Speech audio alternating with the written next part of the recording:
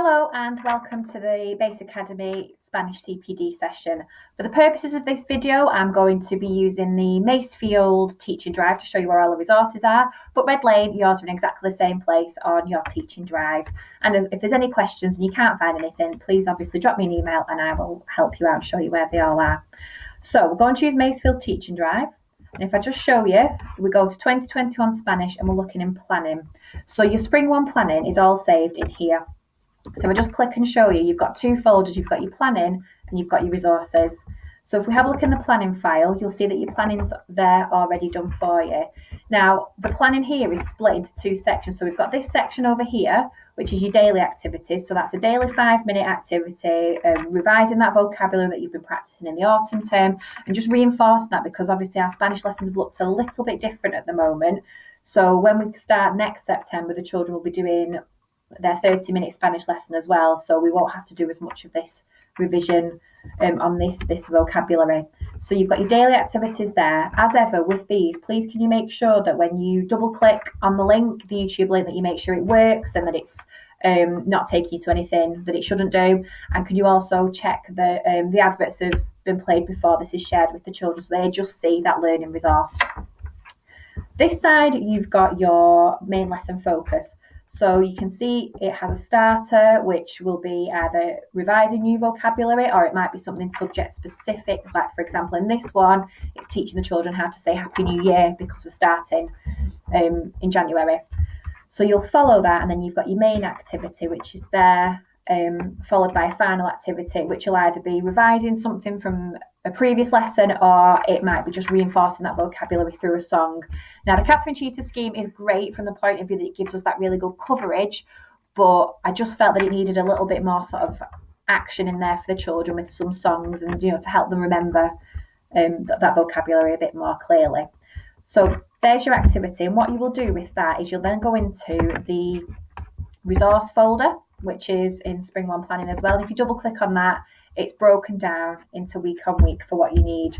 A really good tip would be to look at this Spanish resource list as well. So if you open that, what I've done on here is I've highlighted the resources that I've already made for you. So that's on this side here. So that's your PowerPoints, any pictures that you might need, linking to those PowerPoints. But this side are things that you will need to prepare ready for that lesson. So you've got that at the beginning of the unit. So it means you can make sure you're nice and organised, ready for teaching that unit of work. So I would get that printed off pretty much straight away so I know where I'm up to. So going back to our resources, if we look at week 1, in here you've got your PowerPoint. So as I said, this PowerPoint just links directly to that lesson, so you don't have to go through it and look for the slides. What I've done is taken out the slides that you need. So it's all there for you. And as with the French Catherine Cheetah scheme, you can just click on the speakers and they will share the vocabulary for you, particularly if you're learning Spanish as well, so you make sure you've got the pronunciation correct. So that's all in there for you. And if I come out of there and just show you, you've got your PowerPoint there, which links to the alphabet, which was one of the activities. So you've got everything that you need ready to go for that lesson. Everything's there. So hopefully that'll make it nice and easy with your planning. So if I go back to that resource list again, you can see that you need your alphabet PowerPoint and your week 1 PowerPoint, and they're already on. Whereas for this week, you'll need to make some alphabet flashcards. So that's everything for week 1, and it repeats itself as you go through for week 2. You've got some flashcards there. Now what you can do, because I've said these are on your resource list, so they're ready for you to cut out and prepare. So you don't have to go and find anything. It just means that you need to print them off and prepare them ready for your class. So you've got those in week 2, and again the PowerPoint, when it opens up, will just link directly to that week 2 lesson. So everything should be there for you, ready to go. I still think it's important that you have a look at these before you teach it. So you go through the PowerPoint, you listen to that vocabulary, and you make sure that you're able to pronounce those words and you feel confident enough to do that in front of the children. Any questions, obviously, please do ask. So that's your planning, and it's exactly the same week on week. You've got your boxes here that show you the intercultural understanding for the children. the strategies that they're using to learn with, and their knowledge about language. So in this lesson here, you can see that they're going to learn about the additional letter in the Spanish alphabet. So that's a really good talking point for the children as well. So you'll keep scrolling down and you'll see you've got your activities again. Some weeks require you to write in books, some weeks don't. I'll go on to in a minute and show you what the books will look like, the expectations for those. But as you can see, every week is there for you. Some weeks you'll be required to upload to Seesaw, and we can have a look at the children's learning there. And as I said, some weeks will be in books. So each week connects nicely to the resources in the resources folder. So everything is there again in 2021 Spanish for Macefield, and it's on your X Drive for Red Lane. So I'll just bring it back up again, and you can see. So we're in planning 2021. You can see as well in resources, week 6 is assessment week. So in here you've got your assessment grid and your animals for colouring and spelling. So when you go onto your planning, if you scroll down to assessment week, which will be the last week, it says there, quick fire revision of what they've learnt. So you complete the assessment task, pictures of nouns that they know on the whiteboard. So there is a whiteboard slide for them and they write it directly into their books. And then the reading test, these will be on flashcards. The animal and the children read the alphabet for you on the flashcards, and then you've got these questions here, and the children point to the correct animal picture after reading those. So rather than it being an actual test, it's little activities to do there, just to build up the children's confidence at first. Again, if you're not sure at any point, please let me know and I can go through that with you, because that's obviously towards the end of the half term. So by the time you get to that, if you've got any more questions for me, please ask. And then once you've done your assessment, you've got here the grid to enter the children's data into. So I'll just show you that. So I've tried to keep it similar to what we do already with our assessments. So you will pop the children's names down this side, and just whether or not they're SEN or free school meals. And then here you've got the I can statements that link to the assessment. And it tells you here your marking guidance. So when they're doing their oracy assessment, so they're speaking, they get a mark for reciting the alphabet, a mark each for answering the where questions, and for using QNS, and a mark for listening to the story, and one for commenting. So it's all there for you, which link to these statements. As you input the scores, these will change colour to show whether they're at, above or below age related based on the scores that the children have received. So that information is worked out for you. You won't have to decide for yourself whether they're working at above or below age related. And then once you've got all that information and it changes colour there, you then input that onto the assessment grid, the overview like we've had for other subject areas. And you can just pop them on there. And I know these might be developing along with the new curriculum, but for now, if we use this one, and then if anything changes, we can move on to a different system. But for now, you'll just be popping the names of the children in there as you have done previously for other subjects. So again, any questions, drop me an email, or I can sort out a Zoom or something to meet you to talk about that in more detail. So that is Spring 1. Spring 2 follows exactly the same format. So if I come out of here and show you Spring 2, it looks exactly the same. You've got your planning again.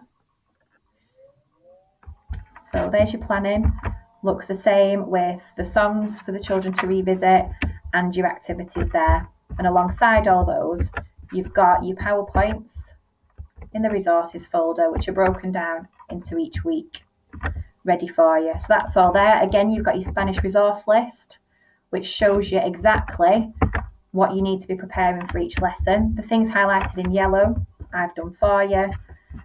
Anything on this column here, you need to make sure you've just got that ready for the lesson beforehand. So hopefully that should make things nice and quick for you to organise. And then assessment week is the same again. You've got a reading assessment, and with these ones they're given the sheet to do, and they have to label the animals, but they also have to remember to use the correct form of un or una. And then at the bottom they get a mark for correctly using un or una, and they get a mark for the correct label. So your marking scheme is on there. And for this one as well, they're answering questions with C or no, and they get a mark for each there. So everything has got a marking system for you. It's all there.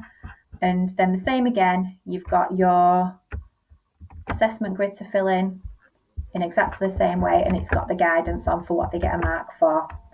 So if you need any support with that, I'm more than happy to sit down and help you with that, and it'll calculate whether they're at above or below, and you pop that onto the other grid. So that's all your assessment and your planning. Hopefully it's nice and clear for you and it's all there. Knowledge organisers. So these have taken the format as the rest of the curriculum has. They all look really similar.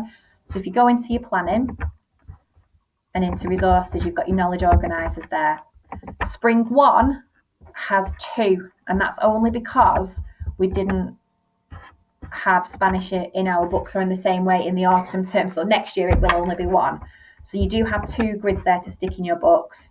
Macefield, I know we've got smaller books, so it's absolutely fine to sort of fold them over and pop them in and do it that way. But I would also suggest having some laminated that are available, because they act as a really good support in your lesson for scaffolding, that speaking and listening. And then once they start writing, to do that as well, rather than having to flick through the books, you might want to have some of those just printed and laminated for them to access as well. So you can see they follow the same structure as all the others, and they're even orange to match our Spanish books. So I've made sure I've gone into that detail as well, so everything's the same. So that's spring 1, and then if you go into spring 2 as well, you've also got your knowledge organiser there.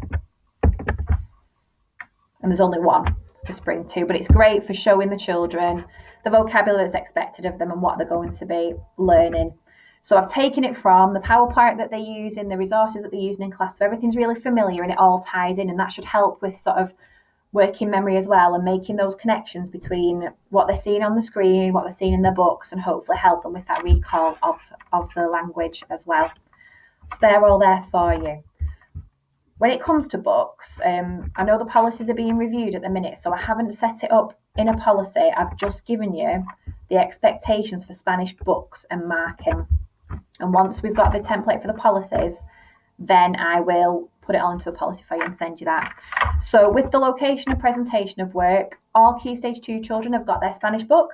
That moves through school with them and will become a really lovely portfolio by the time they leave us. So within that book, we'll try and avoid, where possible, using sheets, because I think just worksheets in those books sometimes gets them too full, and we want the children to really have a go at that writing.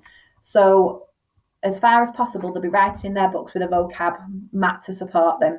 So you can see here, they need to write the date in Spanish. So the date is there for you, and you will notice that in Spanish, neither the days of the week or the months of the year have capital letters. So it's a really important talking point with the children, making sure they don't use capital letters.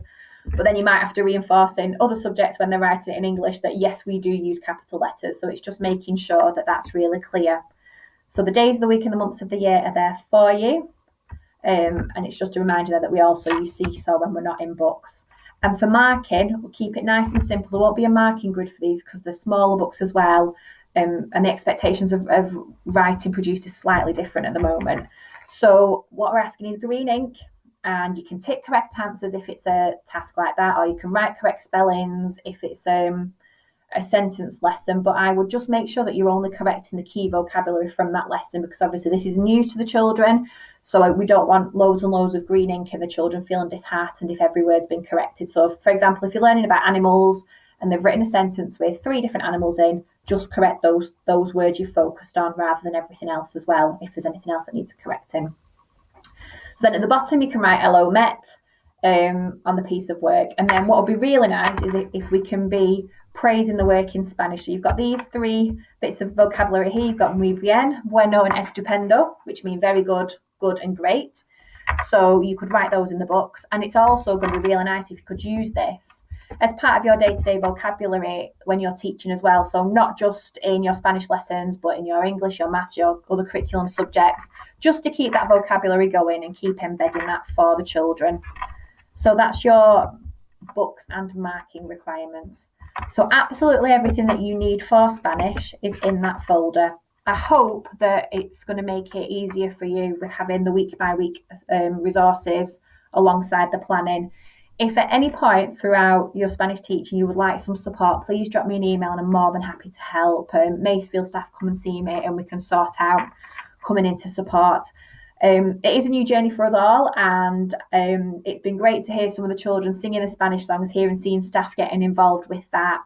So I'm hoping that we can all continue on our Spanish journey together and that the children will continue to really enjoy it. I know that Key Stage 1 here, when I've been teaching there, I've really enjoyed singing those Spanish songs. So it's good that we're getting that enjoyment for learning, as well as teaching the children a new skill and a new language.